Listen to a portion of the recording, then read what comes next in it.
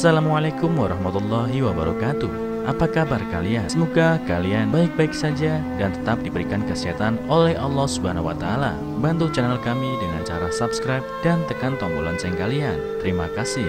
Semoga kisah ini bermanfaat. Mengisahkan seorang anak laki-laki berumur 14 tahun bernama Mamat. Tak seperti anak-anak kebanyakan, Mamat hidup hanya bersama ibunya di sebuah kontrakan kecil di pinggiran kota. Mamat sering dibully oleh teman-teman sekolahnya karena dia anak yang berbeda. Suatu hari sepulang sekolah, Mamat dicegat oleh sekelompok anak di gerbang depan sekolah yang dipimpin oleh anak berbadan tambun bernama Gilang. Mamat ditertawakan karena bodoh, kulitnya hitam dan rambutnya keribu. Mereka menyebut Mamat anak haram karena tidak pernah melihat ayahnya. Tak hanya itu, bahkan anak-anak nakal itu juga mengatai ibu Mamat dengan sebutan perempuan bodoh dan murahan. Mendengar hal tersebut jelas membuat Mamat naik darah. Selama ini dia tak masalah jika orang-orang menertawainya dan mengatainya macam-macam. Namun dia sangat tidak terima jika mereka sampai membawa-bawa ibunya. Mamat pun memukul Gilang yang masih tertawa mengejeknya. Lalu dengan sigap anak yang lain mulai mengeroyok Mamat. Perkelahian pun terjadi. Beberapa menit kemudian Pak Satpam muncul untuk melerai mereka. Namun terlambat, Mamat sudah terkulai lemas tak berdaya. Dia tak cukup kuat untuk menahan semua pukulan dan tendangan dari anak buah Gilang. Melihat hal tersebut, Pak Satpam langsung memecah kerumunan dan membawa anak-anak itu ke UKS. Keesokan harinya, kepala sekolah memanggil ibu Mamat yang bernama Nur untuk menegurnya. Hal ini karena ada saksi yang mengatakan bahwa Mamatlah yang memulai perkelahian kemarin.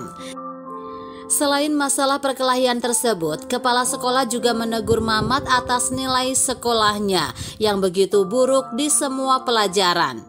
Mendengar hal tersebut membuat Nur merasa sangat sedih. Dia tidak menyangka kalau anaknya merupakan siswa bermasalah di sekolah. Padahal di rumah Mamat adalah anak yang sangat bisa diandalkan. Di perjalanan pulang, Mamat memberanikan diri untuk mengadu pada ibunya kalau teman-teman di kelas selalu membulinya. Bahkan Mamat mendapat julukan si hitam bodoh. Mendengar curhatan putranya, Nur menjadi semakin sedih. Namun dia menutupi perasaannya itu dan mencoba menghibur Mamat. Nur mengatakan bahwa Mamat tidak bodoh. Dia hanya belum mencoba mengeluarkan kemampuan belajarnya secara maksimal. Jadi jika Mamat masih tidak rajin belajar, bisa jadi masa depannya akan berakhir menjadi kuli bangunan. Mamat pun hanya bisa terdiam mendengar nasihat dari sang ibu. Malam harinya saat Mamat sedang asik menonton televisi, Nur yang baru pulang kerja langsung menyuruh Mamat untuk mengerjakan PR-nya. Awalnya Mamat merasa malas, namun seketika dia teringat nasihat ibunya siang tadi dan mulai beranjak mengerjakan PR-nya. Saat Mamat merasa kesulitan mengerjakan PR, dia mencoba bertanya pada ibunya. "Bu, aku sepertinya tidak paham soal nomor 3. Maukah ibu membantuku mengerjakannya?" Nur pun segera mengambil buku yang disodorkan putranya. Sebentar, sepertinya mata ibu bermasalah, Mat. Tulisan di bukumu terlihat buram. Kamu kerjakan sendiri saja ya." Nur berpura-pura dan mencari alasan sambil mengembalikan buku itu pada Mamat. Mamat pun memfokuskan pandangannya pada tulisan di bukunya. "Iya ya Bu, aku juga sebenarnya merasa semua yang aku tulis selama ini terlihat tidak begitu jelas." Mendengar ucapan Mamat membuat Nur menyadari bahwa kalau putranya mempunyai masalah dengan penglihatannya. Keesokan harinya Nur membawakan kacamata yang dia beli sepulang kerja. Mamat pun mencoba kacamata tersebut. Dia terlihat sangat senang karena bisa melihat dengan jelas. Dan benar saja, setelah menggunakan kacamata, nilai Mamat di sekolah menjadi lebih baik. Meskipun tidak signifikan, tapi itu sudah cukup membuat Mamat merasa senang karena ada perubahan yang lebih baik pada dirinya.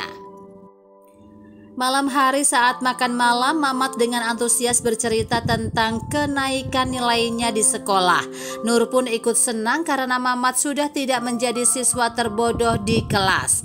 Lalu dia juga menyarankan agar Mamat bisa memanfaatkan imajinasinya selama di rumah. Mendengar nasihat tersebut membuat Mamat merasa bingung dan berkata kalau dirinya terlalu bodoh untuk berimajinasi.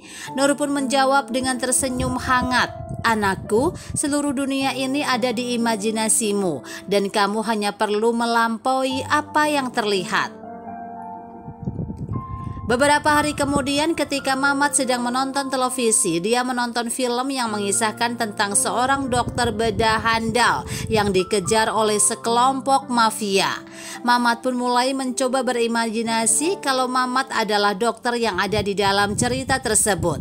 Mamat merasa sangat antusias mengetahui ternyata dirinya mampu berimajinasi. Sampai-sampai dia langsung menceritakannya pada sang ibu dan mengatakan bahwa nanti jika sudah besar ingin menjadi dokter bedah yang hebat. Senyum lebar pun menghiasi wajah Ayu Nur sambil memeluk anak semata wayangnya itu. Suatu siang Nur pergi ke rumah salah satu orang kaya di kota untuk bekerja. Ya, Nur bekerja sebagai asisten rumah tangga panggilan. Dia akan dibayar berdasarkan berapa jam dirinya bekerja. Walaupun pekerjaannya tidak pasti dan cukup melelahkan, tapi Nur selalu bersyukur karena mendapatkan majikan yang baik dan tidak neko-neko. Salah satunya adalah nyonya pemilik rumah itu. Beliau adalah istri dari seorang pilot. Karena suaminya jarang pulang dan dirinya tidak diperbolehkan bekerja, nyonya ini sering memanggil Nur ke rumahnya untuk membantunya beres-beres rumah atau sekedar menemaninya. Bahkan tak jarang Nur juga curhat tentang kesulitan hidupnya selama ini. Nur adalah anak yatim piatu. Dulu dia hidup di panti asuhan sampai usianya 17 tahun. Hal ini karena di usia yang ke-17 tahun Nur bertemu dengan seorang donatur muda yang kebetulan berkunjung pada saat itu. Laki-laki itu bernama Jaden dan usianya terpaut 7 tahun lebih tua darinya. Dia merupakan pemuda berkulit hitam dengan kebangsaan Amerika Serikat. Jaden adalah seorang kontraktor sukses yang kebetulan mendapat proyek di Indonesia. Dia juga terkenal dermawan di antara teman-temannya yang lain. Karena paras Nur yang cantik dan sikapnya yang lembut membuat pria tersebut jatuh hati padanya. Dan setelah mengenal Nur beberapa bulan, Jaden memantapkan tekadnya untuk menikahinya. Mereka pun hidup bahagia dengan dikaruniai seorang putra. Namun semua kebahagiaan itu lenyap ketika Jaden ketahuan selingkuh dan memutuskan pergi ke negara asalnya, meninggalkan Nur dan Mamat di tengah kehidupan yang tidak mudah. Untuk melanjutkan hidupnya, Nur bekerja sebagai asisten rumah tangga panggilan. Dia mencoba untuk tetap kuat demi Mamat. Bahkan dia selalu mengatakan bahwa Jaden sudah meninggal ketika putranya membahas tentang keberadaan ayahnya. Dia tak ingin mengungkit apapun tentang laki-laki yang sudah mengkhianati dirinya dan putranya. Namun selalu ada momen ketika Nur merasa sangat ketakutan akan masa depan mereka. Dia khawatir kalau nantinya Mamat akan menjadi orang yang gagal dan bodoh seperti dirinya. Nur tidak ingin putranya tahu kalau dia adalah seorang ibu yang bodoh, sehingga membuat Mamat merasa pesimis untuk meraih cita-citanya. Keesokan harinya, seperti biasa Nur pergi untuk bekerja. Kali ini adalah rumah seorang profesor. Pria parubaya itu mengajar sebagai dosen di salah satu universitas ternama di tengah kota. Saat Nur sedang membersihkan rumah profesor tersebut, dia merasa heran dengan rumah itu. Baru kali ini dia melihat koleksi buku yang sangat banyak di dalam sebuah rumah. Nur pun bertanya pada profesor itu, "Pak, apakah semua buku ini koleksi pribadi Bapak?" Lalu profesor itu menjawab sambil tersenyum, "Tentu saja, saya memang hobi membaca. Dan kamu tahu, semua buku yang ada di rumah ini sudah selesai saya baca." Nur semakin terkagum mendengar jawaban tersebut. Di batinnya tersirat ingin sekali Mamat menjadi orang pintar dan hebat seperti Pak Profesor. Kamu tertarik dengan buku juga, Nur? Pertanyaan profesor memecah lamunan Nur. Nur pun menjawab dengan malu-malu, saya tidak lancar membaca, Pak, jadi kadang terasa pusing jika harus membaca terlalu banyak. Profesor pun menanggapinya dengan tertawa kecil. Kamu lucu sekali, tapi apa kamu punya anak? Saya punya seorang putra, namanya Mamat, dia kelas 2 SMP sekarang, Pak. Ada apa ya? Nur pun sedikit bingung karena tiba-tiba profesor menanyakan hal tersebut. Tidak apa-apa, aku hanya sedikit kepikiran ingin meminjamkan beberapa bukuku untuk anak-anak muda. Apa Mamat suka membaca? Tanya profesor sembari melihat-lihat salah satu rak bukunya. Saya belum pernah memberikan buku selain buku sekolah pada Mamat, jadi saya kurang tahu dia suka membaca atau tidak, jawab Nur ragu-ragu. Profesor mengambil kursinya dan duduk dengan santai. Kalau begitu, bawalah beberapa buku dari rumahku, atau bila perlu ajaklah anakmu sesekali kemari saat dia sedang libur. Nur pun mengiyakan tawaran tersebut dengan perasaan amat bersyukur. Sepulang dari rumah profesor, dia mendapati Mamat sedang rebahan sambil menonton televisi. Ciri khas anak muda zaman sekarang memang. Melihat hal itu, Nur langsung mematikan televisi dan menyuruh Mamat untuk membaca buku yang dia bawa. Bahkan Nur membuat target untuk membaca 2 buku selama 1 minggu. Mendengar perintah ibunya, Mamat jelas merasa keberatan. Apalagi buku yang disediakan setebal sandal nunung. Namun apalah daya, Mamat sudah berjanji untuk tidak menjadi anak malas. Dia tidak mau dikatai sebagai si hitam bodoh lagi. Akhirnya dia pun menuruti perkataan ibunya. Hari-hari pun berlalu. Mamat yang awalnya tidak menyukai buku kini mulai mengakrabkan diri dengan jendela dunia itu. Dia yang awalnya malas untuk ke perpustakaan kini menjadikan perpustakaan sebagai tempat favoritnya. Bahkan acara televisi dengan tema pengetahuan lebih disukainya daripada acara televisi yang sifatnya hanya hiburan. Sementara itu di sekolah kini Mamat menjadi siswa yang paling menonjol. Karena kecerdasannya dia mampu menjelaskan tentang banyak hal yang sedang dibahas tiap babnya. Bahkan dia juga lanjut ke SMA unggulan di kota dengan jalur prestasi. Nur yang melihat hal itu merasa sangat bangga pada Mamat. Tak disangka putra sematawayangnya yang dulu sampai menjadi bahan ejekan di sekolah karena bodoh, sekarang menjadi siswa yang bisa mengharumkan nama sekolah. Tapi di balik itu semua ada saja yang tak menyukai Mamat. Salah satunya adalah guru matematikanya, Bu Ida. Entah punya masalah apa dengan Mamat, Bu Ida terlihat sangat tidak menyukainya. Padahal jelas-jelas nilai matematika Mamat selalu di atas rata-rata. Namun Bu Guru satu ini selalu bersikap mengintimidasi dan rasis pada Mamat. Di kelas dia memanggil Mamat dengan sebutan item ibu, yang artinya hitam kribo. Bahkan sebutan ini dia lontarkan dengan nada mengejek. Untungnya Mamat yang mencoba menjaga reputasinya sebagai siswa beasiswa tak pernah mempermasalahkan hal tersebut dan menganggapnya sebagai candaan. Namun Nur yang menyadari hal tersebut jelas tidak terima mengetahui anaknya mendapatkan perlakuan tidak adil. Alhasil Nur mengajak Mamat pindah ke ibu kota, berharap mereka mendapatkan perlakuan yang normal, mengingat warga ibu kota biasanya memiliki sikap yang lebih terbuka. Namun kenyataan tak seindah harapan. Di sekolah barunya Mamat justru selalu mendapat hinaan dari temannya yang bernama Tommy. Dia selalu menghina Mamat karena seragam yang dipakainya terlihat sudah lusuh. Bahkan Mamat mendapat julukan baru, yaitu pengemis hitam. Padahal Mamat tak pernah sekalipun mengemis. Sebagai anak yang memasuki usia puber, Mamat merasa harga dirinya tercoreng. Dia merasa terhina ketika pakaiannya selalu direndahkan oleh temannya dan disebut pengemis. Sehingga begitu tiba di rumah, Mamat langsung minta dibelikan seragam baru dengan bahan terbaik. Namun ibunya menolak dengan alasan bahwa seragam yang selama ini dia pakai adalah seragam dengan kualitas terbaik. Mendengar jawaban ibunya, Mamat pun marah karena kecewa. Dia pun pergi meninggalkan ibunya yang masih termenung. Melihat sikap Mamat yang tidak biasanya, Nur pun memutuskan untuk memakai uang tabungannya untuk membeli seragam baru. Nur tidak ingin pendidikan anaknya terganggu hanya karena masalah pakaian. Keesokan harinya, Mamat yang melihat seragam barunya kembali merasa kecewa. Hal ini karena pakaian yang ibunya belikan berukuran sangat besar. Apalagi saat ibunya mengatakan bahwa dia sengaja membelikan ukuran besar agar bisa awet dipakai sampai lulus sekolah. Saking merasa kecewanya, Mamat pun menyuruh ibunya untuk membuang seragam tersebut. Nur yang merasa sikap Mamat sudah kelewatan seketika emosi dan memarahinya. Namun Mamat tidak mau kalah dan meninggikan suaranya.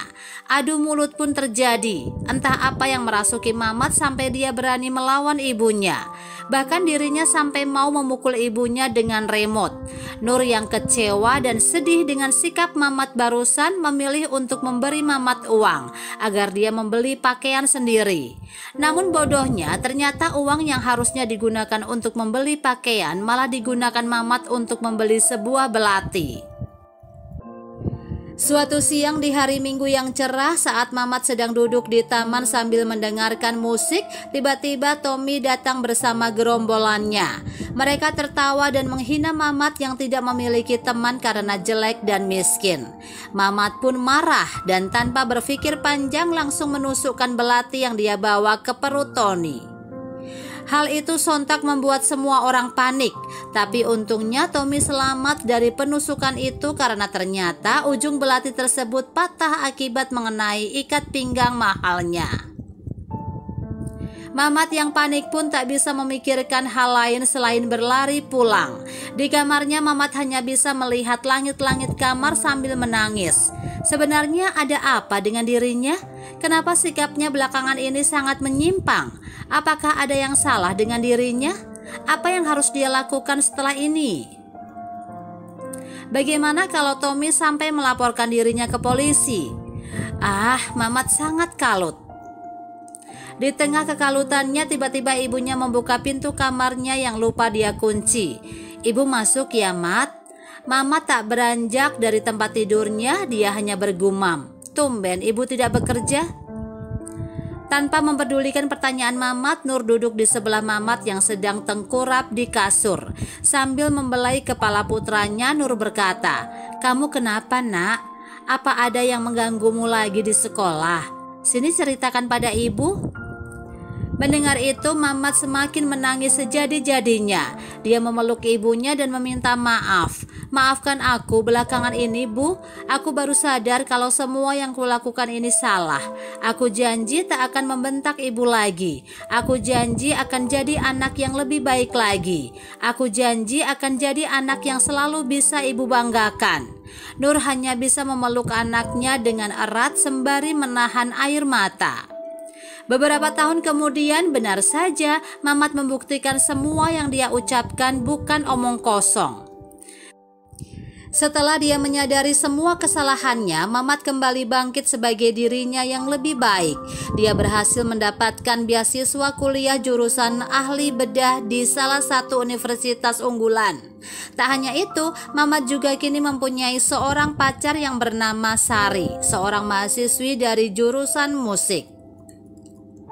Suatu siang, Mamat curhat kepada pacarnya kalau mata kuliah kimia baginya adalah sesuatu yang sangat sulit. Sementara pekan depan dia harus mengikuti ujian kimia. Jika Mamat tidak lulus dalam mata kuliah tersebut, maka dipastikan beasiswanya akan dicabut. Mendengar curahan hati pacarnya, Sari pun mencoba membantu Mamat belajar kimia. Ya, walaupun Sari dari jurusan musik, tapi saat SMA dia adalah kelas IPA. Mamat pun setuju dengan ide tersebut. Namun ternyata setelah siang dan malam mempelajari kimia, Mamat tetap tidak bisa memahaminya secara keseluruhan. Dan dia hampir putus asa karena jadwal ujian sudah tinggal 1 hari lagi. Sampai pada satu waktu dia ketiduran. Dalam tidurnya dia bermimpi mempelajari rumus-rumus kimia dengan sangat mudah. Di dalam mimpi itu, ibunya juga datang dan memberi solusi untuk masalah yang sedang dia hadapi. Pagi pun tiba waktunya ujian kimia. Merasa memiliki keajaiban di dalam dirinya, Mamat pun merasa sangat percaya diri. Dan benar saja, sampai lembur soal terakhir, dirinya mampu mengerjakan soal-soal kimia itu dengan sangat mudah.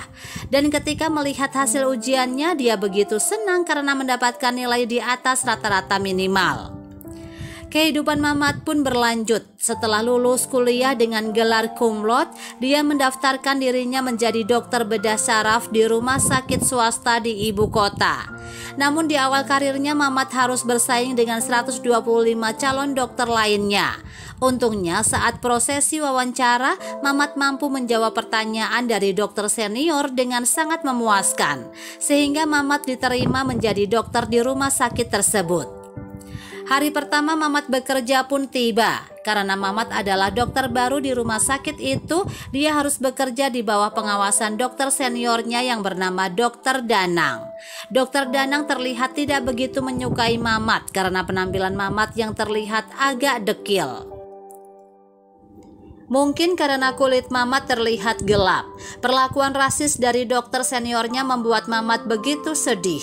Namun Sari yang sekarang sudah jadi istrinya selalu menguatkan suaminya agar selalu berpikir positif saat bekerja.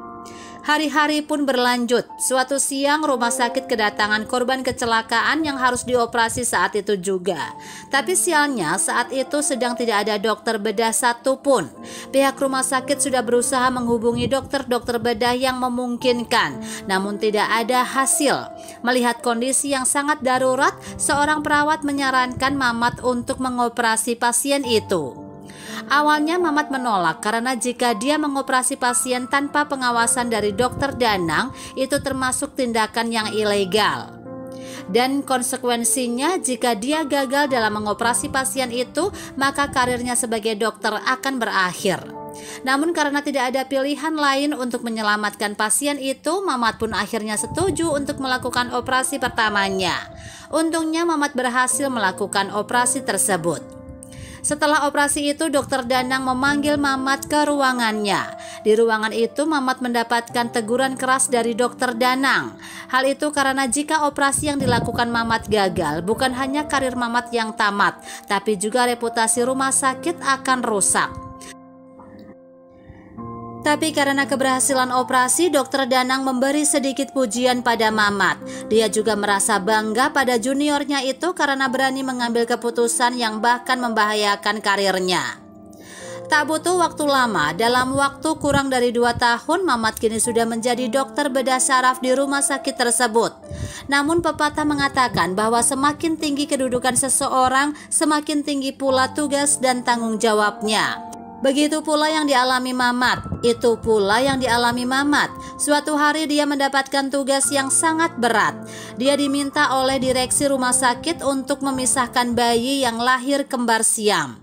Mendengar tugas itu membuat Mamat merasa pesimis, karena dalam sejarah operasi kembar siam hanya akan menyelamatkan 1 bayi, sementara 1 bayi lainnya kemungkinan besar akan meninggal. Namun jika tidak dipisahkan, maka kedua bayi itu akan hidup menempel satu sama lain selama hidupnya. Namun apa mau dikata, sebagai dokter Mamat tidak berhak memilih-milih pasiennya. Keesokan harinya Mamat pergi ke unit bersalin untuk melihat kondisi bayi kembar siam itu. Di sana Mamat bertemu dengan Rena dan Aldi yang merupakan kedua orang tua dari Renaldo dan Renaldi. Hati Mamat teriris melihat kondisi kedua bayi kembar siam itu.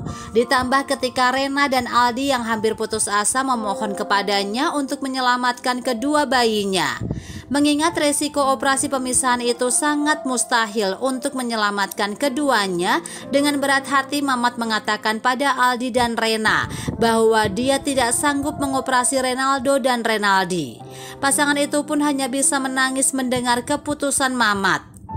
Malam harinya ketika di rumah, Mamat melihat dua putranya yang sedang tertidur. Seketika Mamat pun membayangkan seandainya dia berada di posisi Aldi dan Rena, menjadi orang tua yang memiliki anak kembar siam.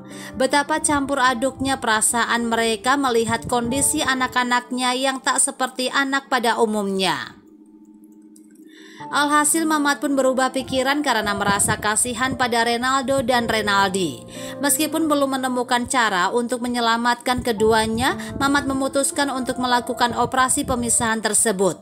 Dia segera menelpon pihak rumah sakit untuk menyiapkan segala sesuatu yang dibutuhkan untuk proses operasi. Di sela-sela pikirannya yang sedang rumit, Mamat mencoba membuka buku-bukunya kembali untuk mencari solusi agar Renaldo dan Renaldi bisa diselamatkan. Hari-hari pun berlanjut, namun Renaldo dan Renaldi belum juga dioperasi. Mamat beralasan kalau dia sedang mencari solusi untuk menghentikan pendarahan saat operasi sedang berlangsung.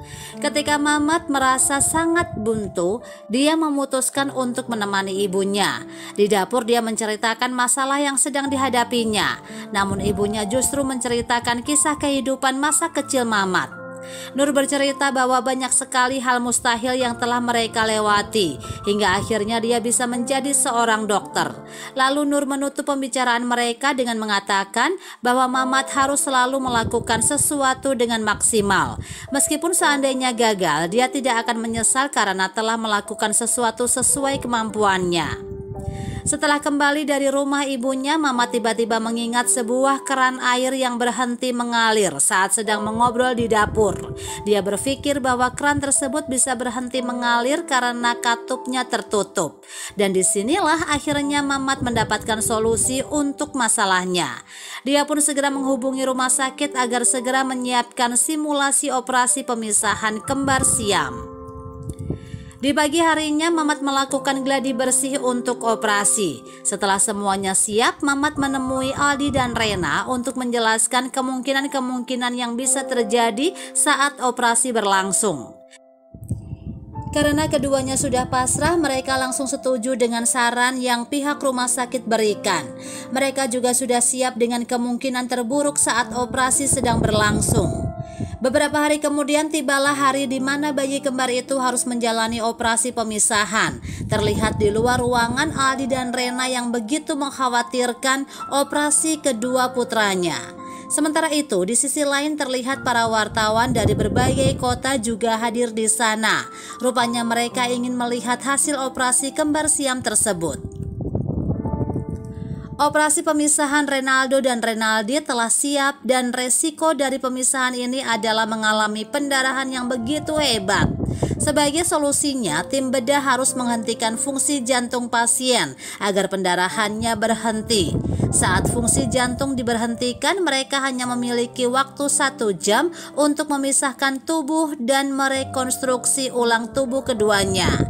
Jika sampai terlambat, maka dapat dipastikan Renaldo dan Renaldi akan meninggal dunia dalam waktu tersebut. Suasana di ruang operasi benar-benar menegangkan. Semua tim bekerja dengan sangat fokus dan tanpa terasa waktu 1 jam itu kini tersisa 1 menit 30 detik. Ketika semua orang di ruangan operasi sudah merasa frustasi, Mamat tetap tenang dan fokus dengan operasinya. Dan tepat saat waktu tersisa 5 detik lagi, mereka akhirnya berhasil menyelesaikan operasi tersebut. Selang beberapa detik kemudian, jantung kedua bayi itu pun kembali berdegup dengan normal. Dengan demikian, Mamat menjadi dokter pertama yang berhasil melakukan operasi kembar siam dengan selamat. Setelah keluar dari ruang operasi, Mamat menemui Aldi dan Rena untuk mengabarkan bahwa Renaldo dan Renaldi selamat. Air mata bahagia pun tak bisa mereka bendung begitu mendengar kabar tersebut. Mereka mengucapkan beribu banyak terima kasih kepada Mamat. Selain itu, ucapan selamat juga diberikan oleh ibunya yang ternyata juga sudah berada di situ sedari awal Mamat melakukan operasi. Nur sangat bangga pada putranya karena telah berhasil membuktikan semua ucapannya selama ini. Pelukan erat pun mengiringi air mata bahagia yang menetes dari kedua mata Mamat.